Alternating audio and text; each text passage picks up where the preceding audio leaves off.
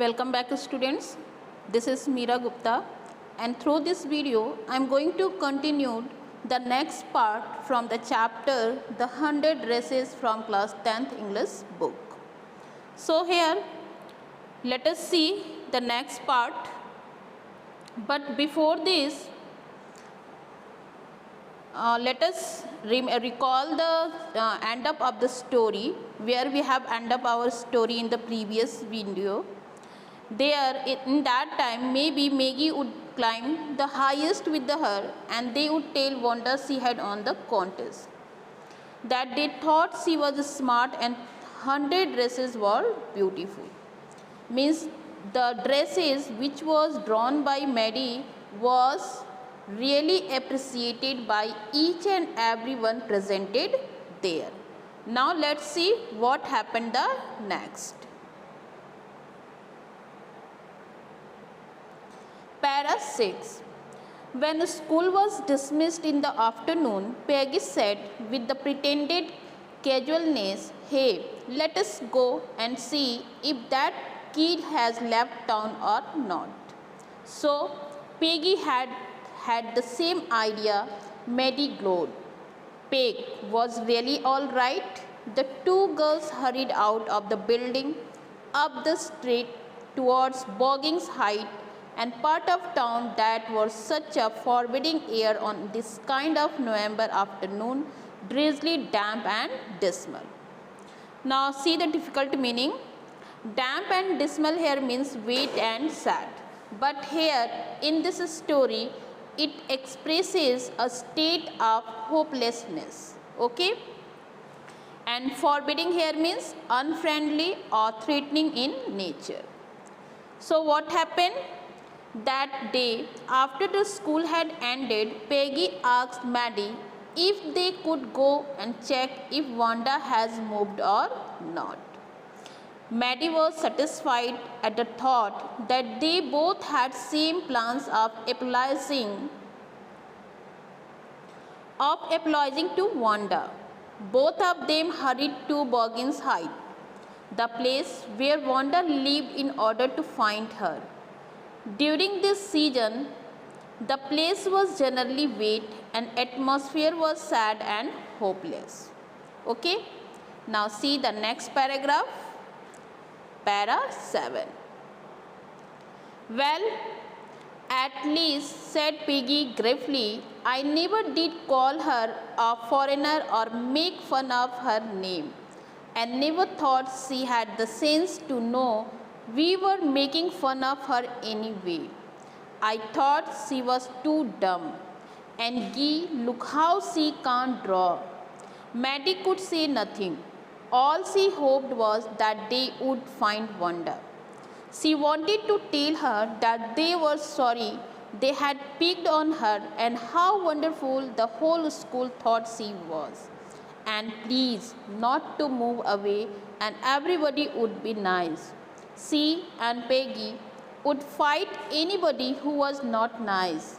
The two girls hurried on. They hoped to get to the top of the hill before dark.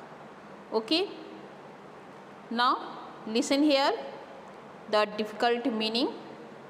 Here you can see there is none difficult meaning here, so let us continue the explanation. Peggy tries to comfort herself by murmuring that at least she didn't call her foreigner because she was an immigrant. Neither did she make her feel different for having unfamiliar name. She was always in this delusion that Wanda had no idea that those girls were making fun of her. Above all, Wanda is such a great artist too. Maddie, on the other hand, couldn't say a word. What she hoped for is a chance to confess with Wanda, make amends, appreciate her, and try to stop her from moving away. Now they both didn't want Wanda to move out of city. In fact, she even thought of conveying her idea to protect Wanda if anyone tried to trouble her in any way. In order to reach the place before night, they hurried. Now the both girls didn't want Wanda to move out of the city, and that's why they were ready to help Wanda in any condition. Okay, now see the next paragraph. Para 8. I think that is where the Petrovskis live, said Maddie, pointing to a little white house. Whips of old grass stuck up here and there along the pathway like thin kittens. The house in its sparse little yard looked shabby but clean. It reminded Maddie of Wanda's one dress, her faded blue cotton dress, shabby but clean. There was not a sign of life about the house. Peggy knocked firmly on the door, but there was no answer. She and Maddie went around to the backyard and knocked there. Still there was no answer. Now see the explanation. They both, Maddie and Peggy, they both saw a white little house up there, which they thought was the place where Wanda Petrovsky lived. The house and its surroundings were shabby but clean, just like Wanda's own out blue dress. Thin bunches of grass grew along the path that led to the house. They resembled thin kittens. No one could be seen around the house. They knocked both at the front and the backyard doors, but to their disappointment, there was no answer. No answer came out inside the house. Okay. Now see the next paragraph, para 9. There was no doubt about it. The Petrovskis were gone. How could they ever make amends? They turned slowly and made their way back down the hill. Well, anyway, said Peggy, she has gone now, so what can we do? Besides, when I was asking her about all her dresses, she probably was getting good ideas for her drawings. She might not even have won the contest otherwise. Okay. Now, the meaning, to make amends. To make amends here means to show that one is sorry for doing something else. Okay. Now listen the explanation. Now the Petrovskis had gone, and along with them Maddie and Peggy last chance to make amends too.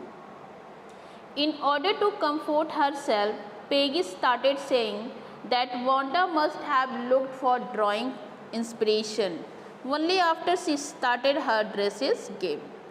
And hadn't she done that, Wanda would have never won the drawing competition. Okay, now see the next para 10. Maddie turned this idea carefully over in her head, for if there were anything in it, she would not have to feel so badly.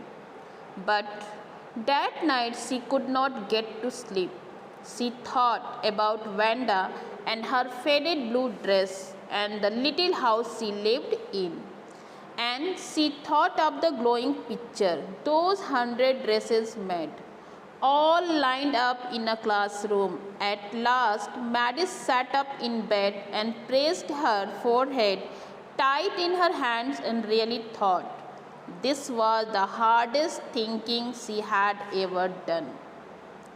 After a long time, she reached an important conclusion.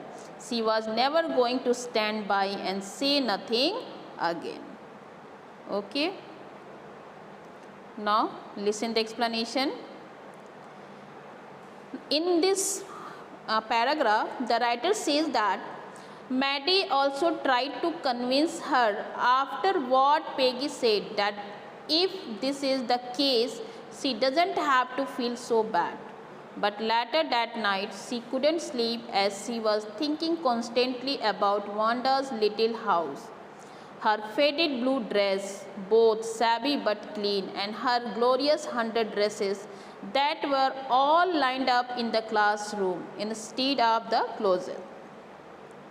Finally, she sat in her bed and started thinking deeply. The hardest she had ever done. She pressed her forehead tight in her hands, which indicated that she was really trying to concentrate. After thinking so much and so deeply, she came to a conclusion that she will always stand against the wrongs and will never say nothing when she has to. Means here you can realize that you should not hurt anyone's feelings, okay, and always think before act. Whatever you are going to speak, just think that your words should not hurt anyone's feelings, okay. So here this paragraph has been completed, and the next part to be continued in next video. Till then, take care. Goodbye.